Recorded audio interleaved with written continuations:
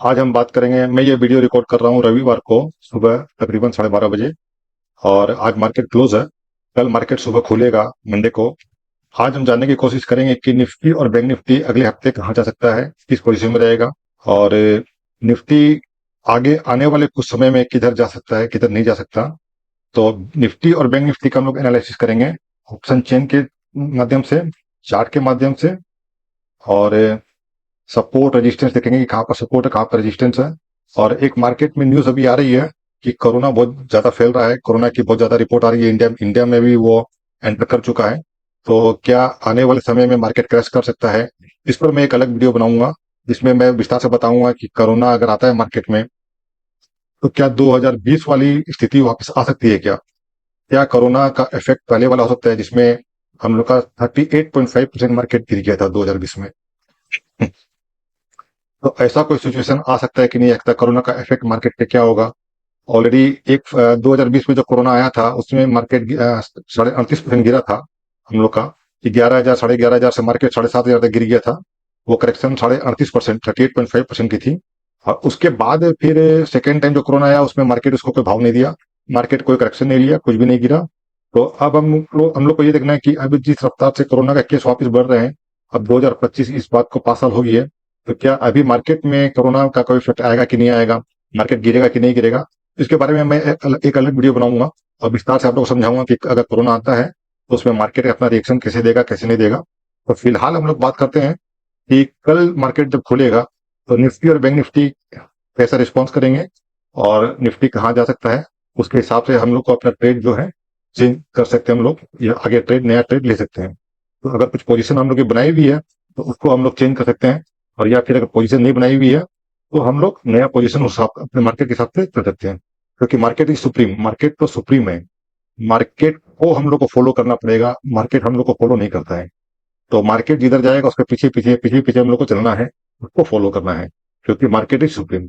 हम लोग मार्केट के सामने हम लोग की कुछ भी औकात नहीं है।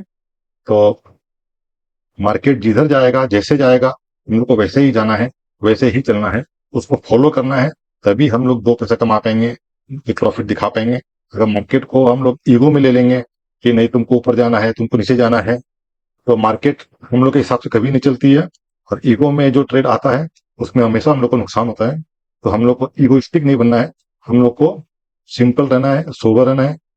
हम लोग को मार्केट को ये मान के चलना है, अपना माइंड सेट ऐसा तैयार कर लेना है कि नहीं मार्केट सुप्रीम है। आप जिधर जाएंगे मुझको आपको ही फॉलो करना है। आप ऊपर जाएंगे तो मैं बाय करूंगा, आप नीचे जाएंगे तो मैं शॉर्ट करूंगा। और आप एक जगह खड़े रहेंगे तो मैं भी खड़ा रहूंगा। तो मार्केट को ही फॉलो करना है। अब हम लोग देखते हैं चार्ट की मदद से कि कल कहाँ जाएगा मार्केट, कहाँ जा सकता है। हम लोग ये सब चार्ट से और ऑप्शन चेन से एक एजम्पशन ही कर सकते हैं। बाकी मार्केट किधर जाएगा किधर नहीं जाएगा ये बहुत एक्यूरेसी के साथ नहीं बोला जा सकता। क्योंकि मार्केट जो है वो न्यूज पे चलता है। एक छोटी सी न्यूज अमेरिका से आती है, इंडिया का मार्केट गिर जाता है। तो न्यूज जो है वो अभी वर्ल्ड में एक टैरिफ वार चल रहा है, उधर से कोरोना आ रहा है। तो नेगेटिव न्यूज का एक माहौल बना हुआ है। और ट्रम्प के आने के बाद तो बहुत ज्यादा ही नेगेटिविटी मार्केट में फैला हुआ है। तो ये सब कुछ एक ऐसा नेगेटिविटी फैला के रखा है जो मार्केट को ऊपर जाने से रोकता है, बार बार कहीं ना कहीं जाके भटकता है, फिर वापस नीचे आ जाता है। तो आइए अब देरी नहीं करते हुए हम लोग देखते हैं कि कल निफ्टी और बैंक निफ्टी कहाँ जाएगा। फटाफट देख के इसको समझते हैं हम लोग। तो अभी हम लोग आ गए दोस्तों, ये निफ्टी का डेली का चार्ट है। डेली का ये डेली एक कैंडल बन रही है। तो इसमें ये जो लास्ट डे की कैंडल थी, माने ये शुक्रवार की कैंडल है। ये वीडियो मैं रिकॉर्ड कर रहा हूँ रविवार को 12:30 बजे, अभी बज रही है संडे, 12:30 बज रही है। तो ये कैंडल जो है ये शुक्रवार की कैंडल है, फ्राइडे की। इसमें इसकी क्लोजिंग जो है वो ग्रीन कैंडल बनी है। और ये एक मोरूबोजू कैंडल है। मोरूबोजू कैंडल जो होती है वो बहुत बुलिश होती है। और मोरूबोजू कैंडल मार्केट में आने के बाद, बनने के बाद, हम लोग ये एक्सपेक्ट करते हैं कि मार्केट वहां से ऊपर जाएगा। तो ये कैंडल जो है ये मोरूबोजू कैंडल है। और इसकी हम लोग देख लेते हैं कि ओपन हुई थी 24,639 में, और लो लगाया 24,614 का। और उसके बाद हाई लगाया 24,909, 24,909 तक गया था, लेकिन वहां सस्टेन नहीं किया, और 24,853 में आके ये क्लोज हुई। इसीलिए आप देख रहे हैं कि ये थोड़ी सी ऊपर में वीक इसकी बनी हुई है। तो ये मोरूबोजू कैंडल है।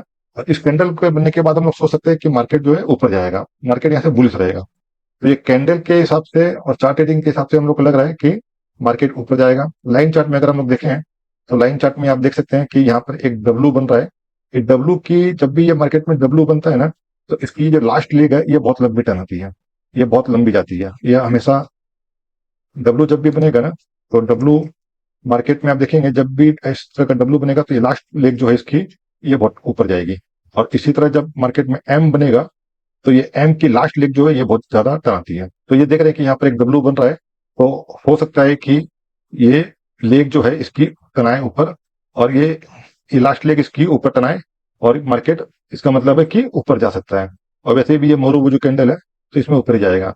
तो अभी जो फिलहाल इसका जो टॉप है, इस लेग की जो टॉप है वो टॉप है इसका ये बना, ये 25,107 ये टॉप है इसका 25,116। तो ये इसका एक रेजिस्टेंस का काम करेगा, जो इसका पुराना टॉप है, इस लेग का एक पुराना टॉप है। तो अब देखते हैं कि अगर ये मार्केट यहाँ से ऊपर जाता है तो 25,116 जो इसका पुराना टॉप है, वहां पर जाके मार्केट को ये एक रेजिस्टेंस फेस करना पड़ सकता है। ये हम लोग को चार्ट में नजर आ रहा है। और ये एक मैंने ये लगा के रखा है यहाँ पर, ये आप देख रहे हैं, ये इसको बोलते हैं फिबोनाची रिट्रेसमेंट। फिबोनाची रिट्रेसमेंट में हम लोग ये पता कर सकते हैं कि करेक्शन जो होगी वो कितनी होगी, क्योंकि जब भी मार्केट चलता है तो मार्केट स्ट्रेट लाइन में नहीं चलता, मार्केट जब भी चलता है तो वो जिग जैग चलता है, इसको जिग जैग बोलते हैं हम लोग, मार्केट जिग जैग चलता है।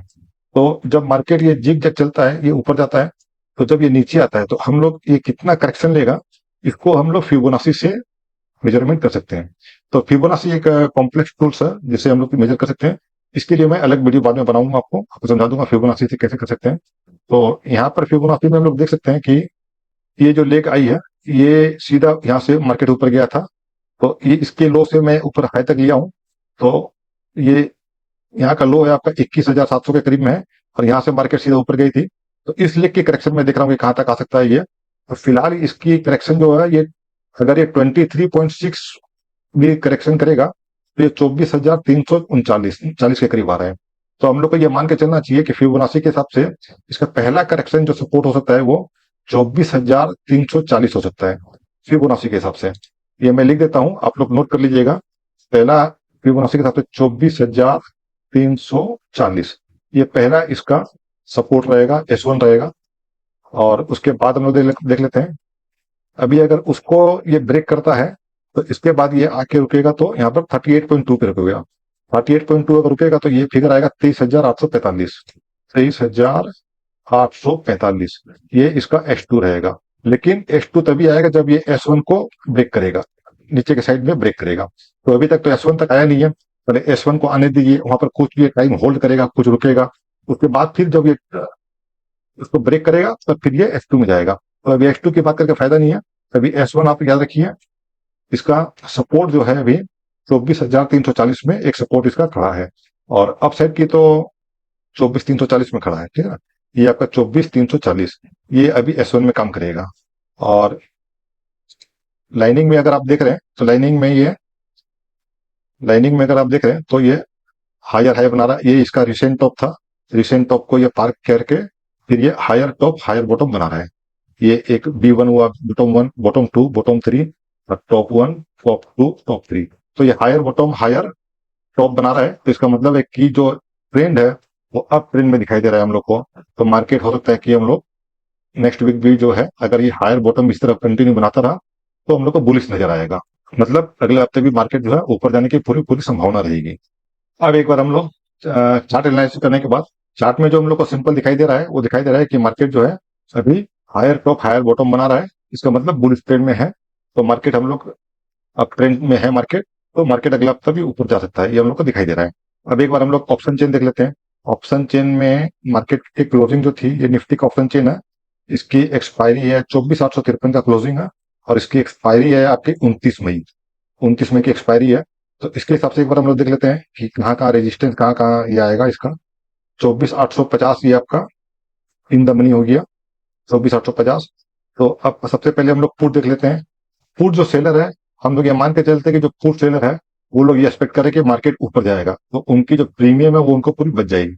हम लोग ये मान के चलते हैं कि पुट सेलर जो है वो मानते हैं कि मार्केट ऊपर जाएगी, ठीक है। और कॉल सेलर चाहते हैं कि मार्केट नीचे जाएगी, इसलिए वो कॉल सेल करते हैं। तो सेलर के हिसाब से हम लोग देखते हैं कि पुट में कहाँ कहाँ इसको, पुट वाले पुट सेलर सोच रहे हैं कि मार्केट ऊपर जाएगी, इसलिए वो उसको सेल कर रहे हैं।